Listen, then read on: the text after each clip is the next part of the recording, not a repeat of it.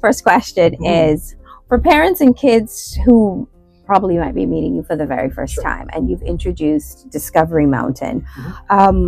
Why would you say kids love it so much? Boy, the stories are engaging. I think kids love it because they can use their imagination. Unlike, being on a screen and seeing the picture all the time, if I talk about Trekkers, which is the kind of the local store in Discovery Mountain, well, the kids have to kind of visualize, like, what does Trekkers look like? And it's something that's happening in their head, and they can sit there and they can imagine all of that. And I think that actually is engaging because you basically create your own environment. And I think kids like that because they're imaginative, they're creative. And to be able to kind of be given the prompts, we've got our audio drama, and now they have to create this whole universe in their head, I think is something that really appeals to them. Not to mention, the stories are engaging. They're interesting, and the kids just love it. I heard a statement once that if you want smart kids, have them listen to radio. Oh, Because really? yes, I've not heard that, but I like that. Yes, have them listen to radio because of them having to use their imagination. So sense. it taps into that other aspects of intelligence. Right. Yes. So you're not being fed everything. It was a bit of a misconception we had when we first were starting to produce it.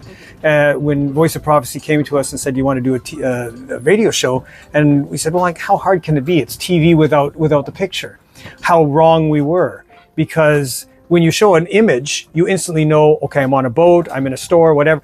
But when you only have radio, you have to make it sound like those places. And so it ended up being much more complicated.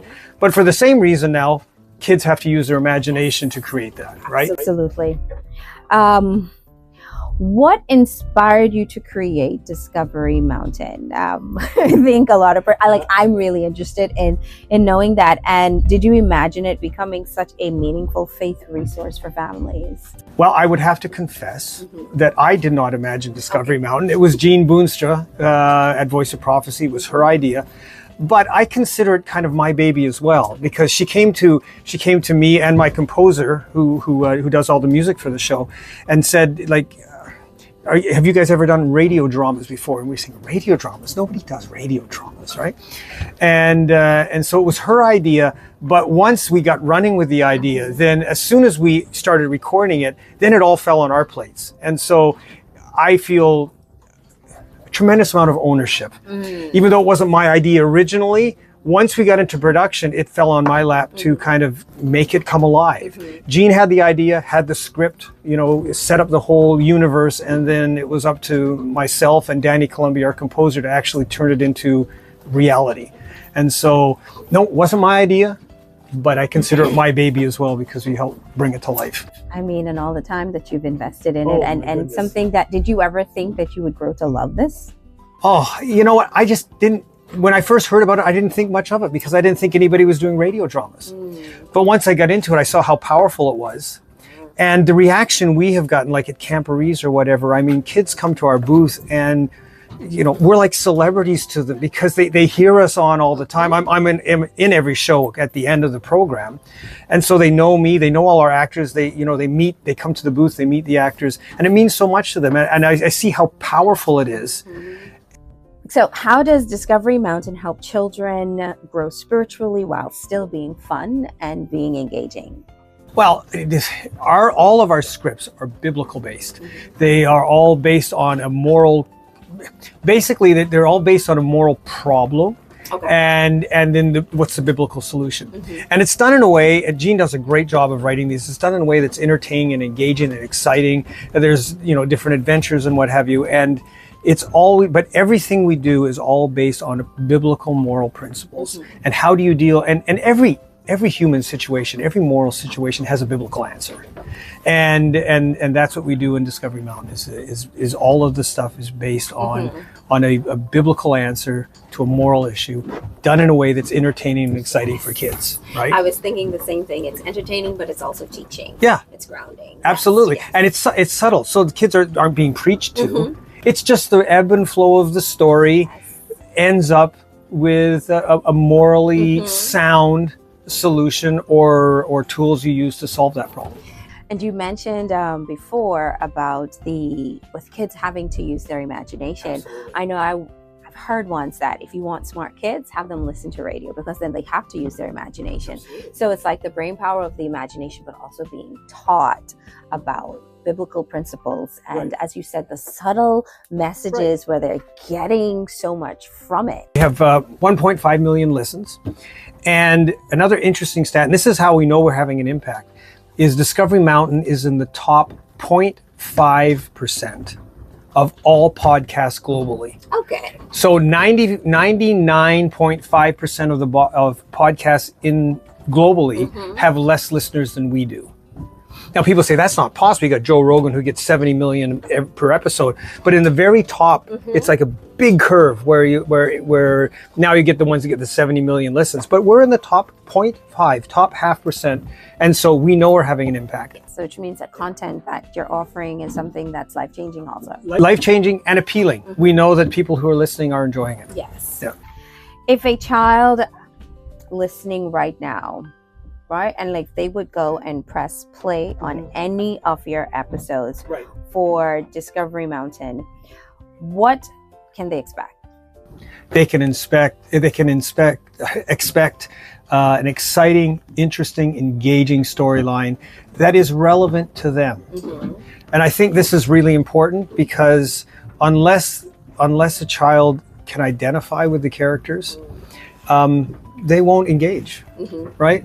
So they'll get stories that have situations that they've been exposed to and that they struggle with.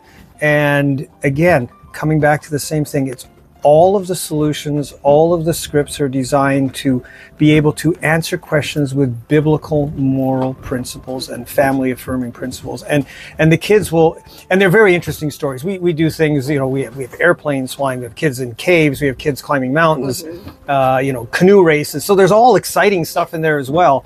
And I just know they're going to love it.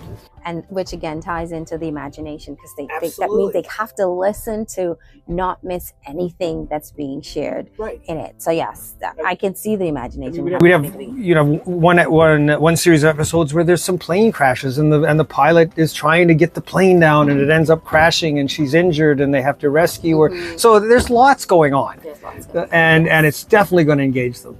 And that's good. So about that, I want to find out if a parent would like to know which episode would you, or if you have a favorite episode, what would it be, or where should they start?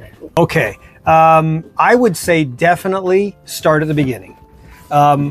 I have a couple that I would consider my favorite, but not by a long shot. They're all great. They're all entertaining. But if they start at the beginning, they'll get they'll understand the universe we're in. So where's Discovery Mountain? How did it get established? Who are your main players? And then if after you did the first 2 or 3 seasons of shows, you want to skip to the more current ones, that's fine. But at least you understand where it came from, right? And we have characters come and go. The main characters that started, virtually all of them have aged out because we have volunteers, and a lot of them were teenagers in high school and they've gone off to university or not as available. So we replace with some new characters, but the environment stays the same. You know, it's Discovery Mountain. There's some adult actors that are kind of the anchors of the town, and those get all established very early. So I would recommend going to the very beginning and starting there. But you know what? If you started at the end, I'm sure you'd find it entertaining too. But I would recommend going to the beginning. From the beginning. And final question. I know there's a fun fact that you'd like to share with us about Discovery Mountain and something connected to the Bahamas. But also, could you also tell us where can we listen to Discovery Mountain? Just about anywhere where you can stream. But to begin with, I would say discoverymountain.com is our website. All the shows are available there, free of charge. The word free. Free of charge.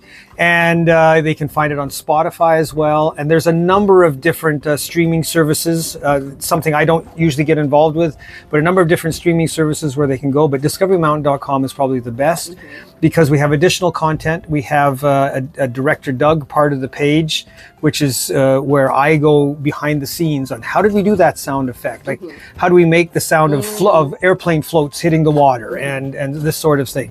So we have all of that.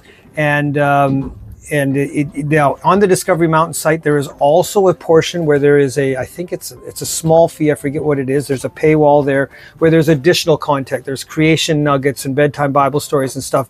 And there's a very small monthly fee for that. But the main program is all free and easy to access. Amen. I love that. And the fun fact about fun fact. And this is the connection to the Bahamas is my wife and I spend our winters down here on our sailboat, but I'm still working. I'm still directing the show. And so I direct the show from the boat. I do the editing for the show on the boat.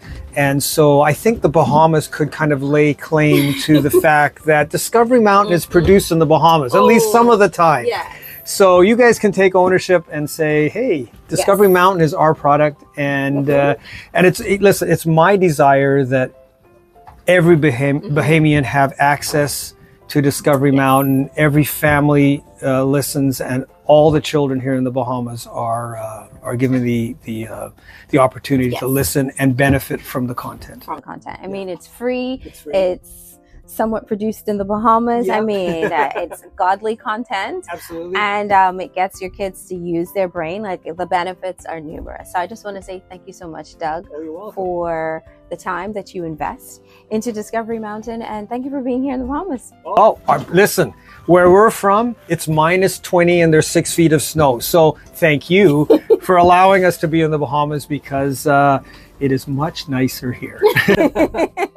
Thank you again. You're welcome. Thank you.